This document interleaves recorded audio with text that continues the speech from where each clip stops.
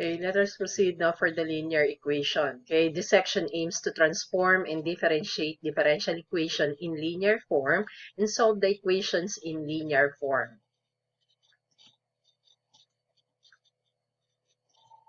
Okay, now the first order linear differential equation is defined as the derivative of y with respect to x plus p of x y is equal to q of x. Now, notice that the left members, this one, is linear in both the dependent variable y and its derivative dy over dx. Now, the following example of linear equation, we already discussed it in Module 1. The example of linear equation. Let us have a recap. Okay, this one, okay, we have the derivative of y with respect to x plus 3x squared y is equal to x squared sine x. We can say that this equation is a linear in y. This one is linear in y. And another example, you have the derivative of x with respect to y minus xy squared equal to y. This one is linear in x. Okay. Then,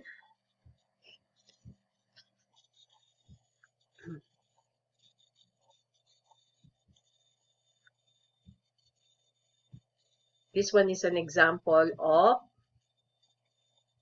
non-linear equations.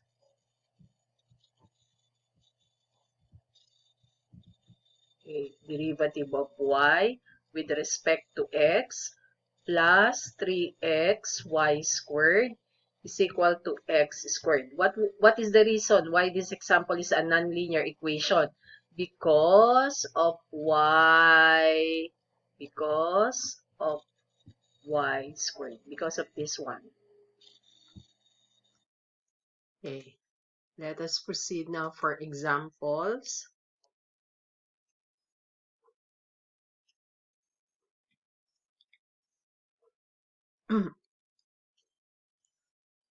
Okay, example number 1. Okay, solve y prime plus 4 over x, y is equal to x to the fourth. Knowing that the equation is in linear form, then the integrating factor is, we have I of x, y is equal to e to the integral of p of x dx. Okay, remember that this one is for your p. Diba, sabi natin, you have your dy over dx plus p of x, y is equal to q of x. Okay, your px is this one, 4 over x. Therefore, this one is equal to e to the fourth integral of dx over x, which is equal to e to the 4 ln x, or this one is equal to e to the ln x to the fourth, or that is x to the fourth. Kasi diba yan? Okay, therefore, we have multiplying the differential equation by x to the fourth. Okay, therefore, we have dy prime plus 4 over x, y is equal to x to the fourth. Okay, therefore, we have to multiply this one by x to the fourth. But your y prime is what?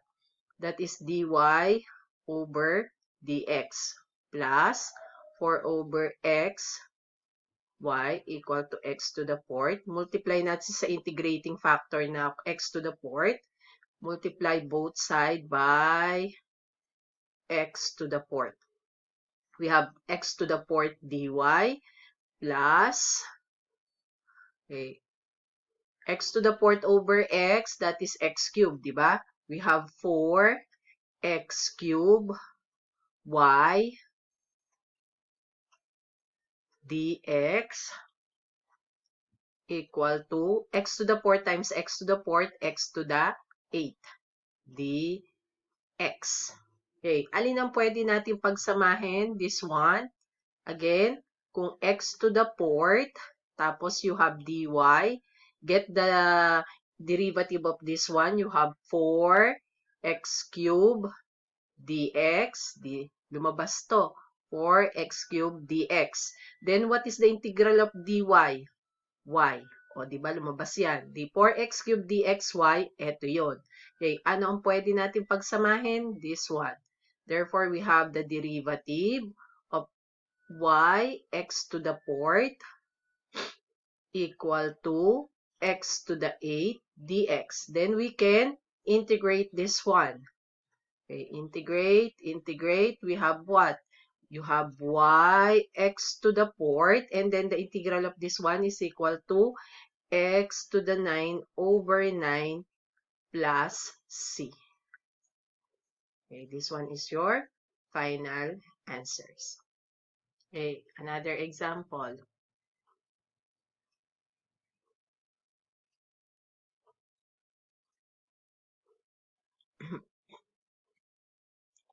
Example number 2. Okay, example number 2. If solve the equation,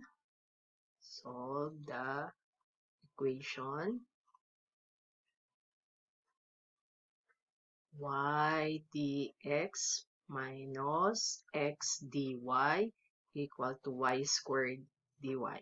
Okay. Let us arrange this one into linear equation. We have dx over dy minus x over y equal to y. Therefore, this one is linear in x. Linear in x. And then the integrating factor. Okay, let us look for the integrating factor. We have I of xy equal to e to the integral of py dy equal to e to the negative, this one, dy over y. Okay, therefore, this one is equal to e to the negative ln y, or that is e to the ln y to negative 1, or that is equal to y raised to negative 1. That is the integrating factor, your y raised to negative 1. Okay, given equation, we have dx over dy minus x over y is equal to y multiplied by the integrating factor of y raised to negative 1. Y raised to negative 1. Therefore, this one is equal to y raised to negative 1 dx minus x dy equal to dy. Okay, now, okay, eto, we have, pwedeng pagsamahin itong dalawa. You have y raised to negative 1 and dx. Okay, get the derivative of this one. You have negative 1. Tapos, hindi siya pwede. Ay, wait. We forgot. Y to the negative 1. Y. Ito ay y. Nakalimutan ko to. Y negative 2. Kasi 1 over y tas 1 over y. Dy negative 2. Okay, what is the derivative of this one? Negative y raised to negative 2 dy. O, di yun na. Lumabas na to. Yung y negative 2 at saka yung dy. What is the integral of dx? Dx. Ano mapapagsama natin? Itong dalawa. Okay, therefore, we have the derivative of x, y raised to negative 1 equal to dy.